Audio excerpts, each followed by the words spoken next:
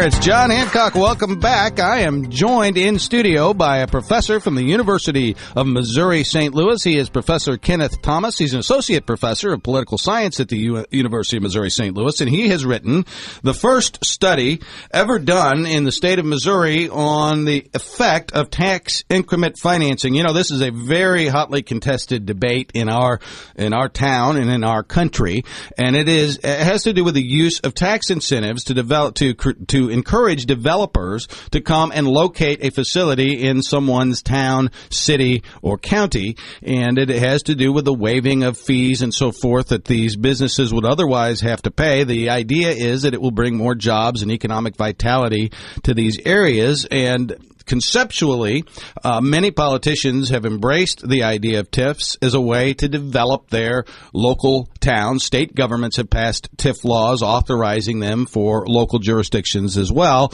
And the people have this idea that it's good, but nobody's actually ever looked at the reality of what's happened, and we've got a long history of TIFs now in Missouri where we've used these things, and so I am just delighted. I know Charlie has talked about this topic a lot. It's a topic that fascinates me as well, and I'm delighted to have Professor Thomas with us. Welcome to KMOX, sir. Thank you. Good to be here. And your study, Tax Increment Financing in Missouri, an analysis of determinants, competitive dynamics, equity, and path dependency, was published very recently.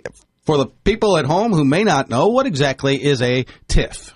Well, TIF is an economic development incentive where you set a baseline of tax revenue that's coming from a particular property at the time that the TIF was approved. And then as that property is developed and generates more property tax and often sales tax revenue, the extra amount, the increment, is then paid to the developer as the developer makes the eligible payment, the eligible expenses for which the TIF was approved. And who makes those determinations in terms of what you would expect normally the amount of sales tax revenue to be, for example, or property tax revenue to be? Is that done by the local government, and that's who sets the baseline? Yes, that's done by the local government, and they make the decisions also on the decision to waive those taxes. Yeah, and so when it's done, then the development goes forward and they build it and the people start coming and doing their retail shopping and so forth, and the money starts flowing into government, and then that extra money over and above what the jurisdiction said they were going to get, that goes straight into the developer's pocket.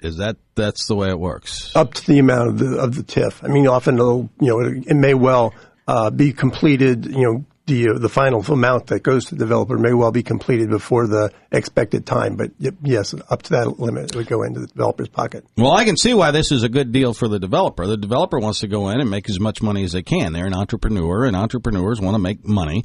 And why is it a good deal for these jurisdictions to offer these incentives when they're foregoing revenue that they otherwise would get? Well, I would argue a lot of times it's not a good deal for the jurisdictions. The big problem, and it's one that we found in our study, I say we because I did it with a PhD graduate of our department, Susan Mason. The big problem is that there's these competitive dynamics that if one city is adopting TIF adjacent to you, the odds increase by about 2.5 times that you'll adopt one also. So that's one big problem. So the competitive dynamic winds up bidding up the cost of TIF all around. And so municipalities with their next-door neighbors get into these bidding wars for the developments to come into their cities as opposed to their neighbor to the north, east, south, or west. And do they result in increased jobs? Do they result in increased revenue typically? Sometimes they do, but it's not always the case. A lot of the estimates are based on fairly shaky cost-benefit analyses. I think the most definitive study we've seen on efficacy is not our own, but one that East-West Gateway conducted on TIF in the St. Louis metropolitan region. And they showed that in the retail area, which is where 80% of the TIFs went in this region, that about $2 billion in TIF subsidies were given over that 17-year period, and only 5,400 jobs were created in the whole sector. They used census data and that sort of thing. And these are 5,400 retail sales jobs, primarily. Right. So not even very good jobs, really. And ultimately, the cities collectively spent $370,000 per job. So for $370,000, they created one job. And this was a study that East West Gateway had done in the St. Louis metropolitan area. Now, your study specifically excluded the city of St. Louis and the city of Kansas City. So you looked at the state, every place else, right? That's correct. And when we come back, we're going to visit about what you found and some recommendations you might have for how this TIF law might be applied better in the state of Missouri. We'll visit with Professor Thomas when we come back. Spring storms can turn severe fast. Don't be caught off guard. Get accurate weather information by calling the Weatherline Forecast Service at 314-321-2222. 314-321-2222. Welcome back, everyone. It's John Hancock. I'm in for Charlie Brennan. Charlie will be back a week from tomorrow. He's on a rather lengthy trip of Europe. He's in London today. He's going to be in Ireland. Tomorrow, Michael Kelly, my good sidekick, will be back in the state of Missouri, and he'll be back in the KMOX studios with me, and we will have a fun show. We'll probably be talking about the president's remarks this evening and at some length tomorrow. We'll probably take a few of your phone calls to see whether you agree with me or with Michael Kelly, both of whom, just by coincidence, are political science graduates of the University of Missouri at St. Louis. And I am joined right now by a professor of that fine institution.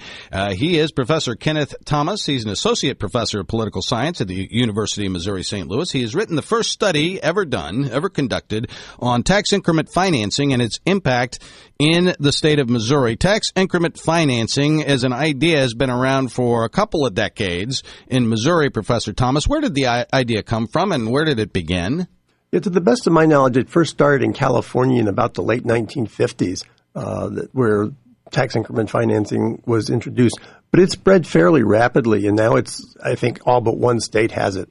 So 49 states have adopted this. And, on its face, it seems like you're giving tax incentives. You're developing areas. Originally, in its intent, I know when I was in the Missouri legislature back in the early days of TIF law, the idea was that this was a tool to develop undevelopable, that's the word I'm looking for, areas. Isn't that what it was originally intended to do? Yes, that's how I understand it. And that's not the case of how it's implemented today. And your study showed what about the kinds of areas that give TIFs? Did it show that they're economically depressed?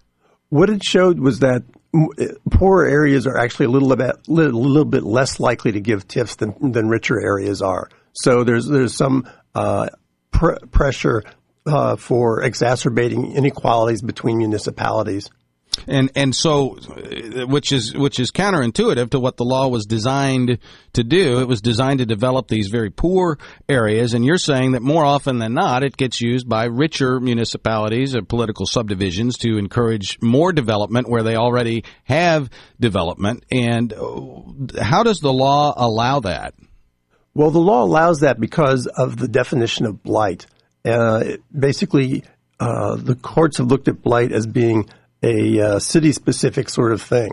So even if you have a city with $110,000 median income like De Pere, you can say that West County Center is blighted. If there's some rundown parts to it that you can convince the city council qualifies for the definition of blight. So basically, blight is what I say it is. If I can convince a majority of my city council that it's blight, it's blight.